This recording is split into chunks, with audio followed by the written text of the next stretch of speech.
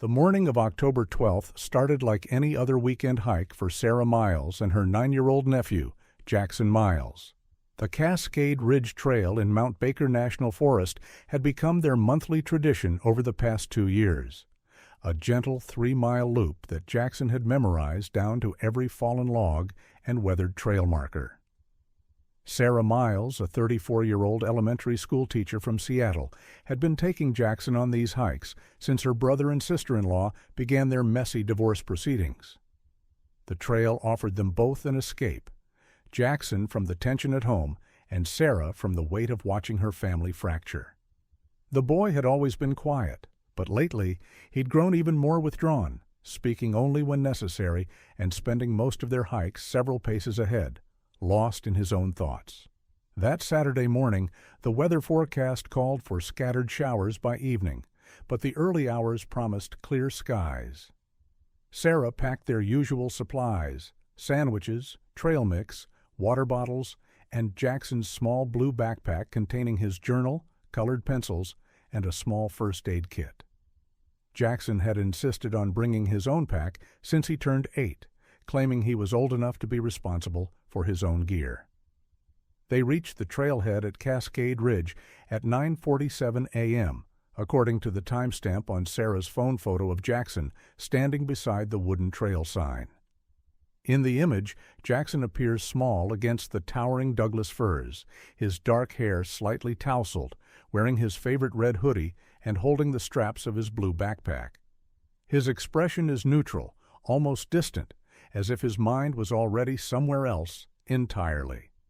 The first mile of the trail wound through dense forest, following an old logging road that had been converted to a hiking path in the 1980s. Sarah and Jackson walked in comfortable silence, the only sounds being their footsteps on the packed dirt and the distant calls of ravens overhead. Jackson maintained his usual position about 20 feet ahead, occasionally stopping to examine interesting rocks or fallen branches before continuing on. At approximately 11:15 a.m., they reached the trail's midpoint, marked by a small wooden bridge crossing Miller Creek. Sarah stopped to retie her hiking boots while Jackson continued ahead, disappearing around a familiar bend in the trail. This was their routine. Jackson would scout ahead to the next landmark, then wait for Sarah to catch up. The bend led to a short, straight section of trail bordered by thick salmonberry bushes, followed by another curve that opened into a small meadow. Sarah finished with her boots and followed Jackson's path around the bend. The straight section of trail stretched ahead, empty. She called his name, assuming he had continued to the meadow, but received no response. When she reached the second curve and emerged into the meadow, Jackson was nowhere to be seen. The meadow was roughly circular, perhaps 50 yards across, surrounded by dense forest on all sides. A single trail led in and out. There were no other paths, no obvious hiding spots, no places where a 9-year-old boy could simply vanish. Sarah called Jackson's name repeatedly, her voice growing more urgent with each unanswered call. At 11:32 a.m., Sarah called the Mount Baker National Forest Ranger Station. Ranger Patricia Hendricks arrived at the trailhead within 20 minutes, followed shortly by a search and rescue team from Whatcom County. By 1 p.m., 12 volunteers and 3 additional rangers had begun combing the area. The search team deployed tracking dogs from the Whatcom County Sheriff's Department at 2:15 p.m. The dogs picked up Jackson's scent along the trail, following it to the exact spot where Sarah had last seen him round the bend. Beyond that point, the trail went cold. Search and Rescue Coordinator Marcus Chen later described it as unusual. The dogs could track Jackson's scent to within roughly 200 feet of the trailhead, but then lost it entirely, as if he had simply ceased to exist. The temperature dropped to 42 degrees that first night, with intermittent rain beginning around 8 p.m. Search teams worked through the darkness using floodlights and thermal imaging equipment borrowed from the county fire department. They found no trace of Jackson Miles. The second day brought more resources. The Washington State Patrol deployed a helicopter with heat-sensing equipment, while ground teams expanded their search radius to include the entire watershed area. Volunteers arrived from neighboring counties, bringing the total number of searchers to over 60 people. They combed through ravines, checked abandoned logging camps, and examined every cave and rock formation within a 5-mile radius. Trail cameras in the area were reviewed frame by frame. The nearest camera, positioned roughly 400 yards from Jackson's last known location, showed no movement on the morning of October 12th beyond a few deer and one black bear that had passed through around dawn.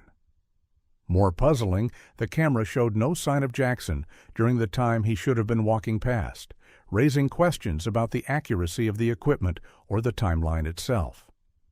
On the evening of October 13th, heavy rain began falling at 7:30 p.m. and continued through the night. The search was temporarily suspended due to dangerous conditions, with teams planning to resume at first light. The temperature dropped to 38 degrees and rainfall measured 2.5 inches over the course of the night. At 6:23 a.m. on October 14th, volunteer searcher Michael Torres discovered Jackson Miles sitting cross-legged beside the trail, approximately 100 yards from where he had last been seen. The boy was positioned just off the main path, behind a cluster of young cedar trees that had been thoroughly searched the previous day. Jackson appeared physically unharmed but completely silent. He sat motionless, staring straight ahead, holding a cracked hand mirror in both hands. The mirror was roughly 8 inches, with a wide wooden frame. The glass was spider-webbed with cracks radiating from a central impact point. Most remarkably, Jackson was completely dry. His red hoodie, jeans, and hiking boots showed no signs of the heavy rainfall that had fallen throughout the night. His hair was dry, his clothing unstained by mud or moisture. He appeared as if he had been sitting in that spot for only minutes, not the better part of 3 days. When Ranger Hendricks approached Jackson, the boy looked up at her with a blank expression. He handed her the mirror without speaking, then stood and walked toward the main trail. His movements were slow and deliberate, almost mechanical. When asked where he had been, Jackson gave his first and only detailed response. He had been following a man with no shoes, and he had seen this man first in the mirror. Jackson's aunt, Sarah Miles, arrived at the scene within minutes of the discovery. She later described Jackson's demeanor as eerily calm, noting that he showed no signs of distress, hunger, or exhaustion. He seemed almost disconnected from the situation, as if he were observing events from a distance, rather than experiencing them directly. The cracked mirror became a focal point of the investigation. Neither Sarah nor Jackson's parents had ever seen it before. It was not among the items in Jackson's backpack, and no similar mirror had been reported missing from any local households. The mirror appeared to be vintage, possibly from the 1950s or 1960s, but bore no manufacturer's markings or distinguishing features beyond its unusual level of wear and the distinctive crack pattern. Jackson's parents, David and Rebecca Miles, drove up from Seattle that afternoon. Their reunion with their son was subdued. Jackson acknowledged them with a nod, but remained largely nonverbal. When pressed for details about his experience, he would only repeat that he had followed a man with no shoes and that he first saw this man in the mirror. Medical examination at the nearest hospital revealed no signs of physical trauma, dehydration, or exposure. Jackson's vital signs were normal, and blood tests showed no unusual substances in his system. Dr. Amanda Foster, the attending physician, noted that Jackson's condition was consistent with someone who had been well cared for during the missing period, rather than someone who had been lost in the wilderness for 3 days.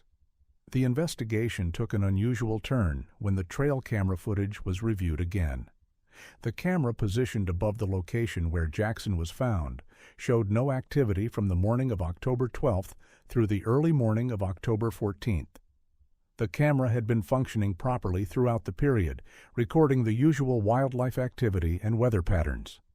However, there was no footage of Jackson walking past the camera on the morning he disappeared, and no footage of him reappearing in the area where he was found. Technical analysis of the camera revealed no malfunctions or gaps in recording. The timestamp data was consistent and accurate. The camera's field of view clearly covered the section of trail where Jackson would have been walking, yet he did not appear in any of the footage. This discrepancy remained unexplained despite multiple reviews by both park officials and technical specialists. In the weeks following Jackson's return, his behavior remained notably changed. His parents reported that he had become even more withdrawn than before, spending long periods sitting quietly in his room, often staring out the window. He returned to school, but showed little interest in activities he had previously enjoyed. Teachers described him as cooperative but distant, as if he were physically present but mentally elsewhere. Jackson's parents arranged for him to speak with Dr. Elizabeth Crane, a child psychologist specializing in trauma cases. During their sessions, Jackson maintained his story about following the man with no shoes. He provided few additional details, but insisted that he had seen this man clearly in the mirror before seeing him on the trail. When asked to describe the man, Jackson would only say that he was tall and had kind eyes. Dr. Crane noted that Jackson showed no signs of fabrication or false memory. His account remained consistent across multiple sessions, delivered in the same matter-of-fact tone. She found no evidence of trauma or psychological distress that would typically accompany such an experience. Jackson seemed to view his 3-day absence as a normal occurrence, showing no understanding of why others found it concerning. The cracked mirror remained in the possession of the Miles family, stored in a box in their attic. Rebecca Miles reported that Jackson had asked about it several times in the months following his return, but he seemed satisfied when told it was safe. He never requested to see it again, but would occasionally mention it in passing, usually in the context of wondering if the man with no shoes was still using it. The Mount Baker National Forest maintained their official investigation file on the Jackson Miles case, but it was eventually classified as resolved due to the boy's safe return. No charges were filed, and no evidence of foul play was discovered. The case was noted as unusual, but not criminal in nature. However, several aspects of the case remained unexplained. The complete absence of any trace evidence during the initial search, combined with Jackson's pristine condition upon his return, raised questions that were never satisfactorily answered. The trail camera footage anomaly was particularly puzzling, as it suggested that Jackson had somehow been present in the area without triggering the camera's motion sensors. Local hikers and park rangers occasionally reported unusual findings in the area over the following months.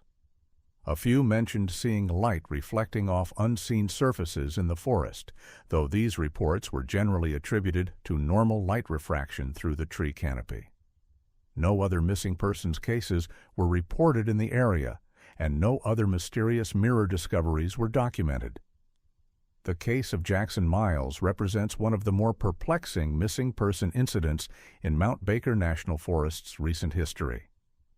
While the boy's safe return was the most important outcome, the circumstances surrounding his disappearance and reappearance continue to raise questions about what actually occurred during those 3 days in October. The cracked mirror, with its spiderweb pattern of fractures and worn wooden frame, remains the most tangible evidence of Jackson's experience. Its origin and significance remain unknown, a physical reminder of an event that defies conventional explanation. Jackson Miles continued to live with his parents in Seattle, attending school and maintaining the quiet demeanor that had become his trademark. He never spoke publicly about his experience, and his parents eventually stopped discussing the case with outsiders. The family returned to their normal routines, but those who knew them noted a subtle change in their dynamic, as if they were all carrying the weight of an unspoken truth. The Cascade Ridge Trail remains open to hikers, and the Miles family never returned to walk its familiar path. The trail camera continues to record the daily passage of wildlife and weather, documenting the normal rhythms of the forest. But for those who knew Jackson's story, the trail holds a different meaning, a reminder that even the most familiar places can harbor mysteries that challenge our understanding of reality.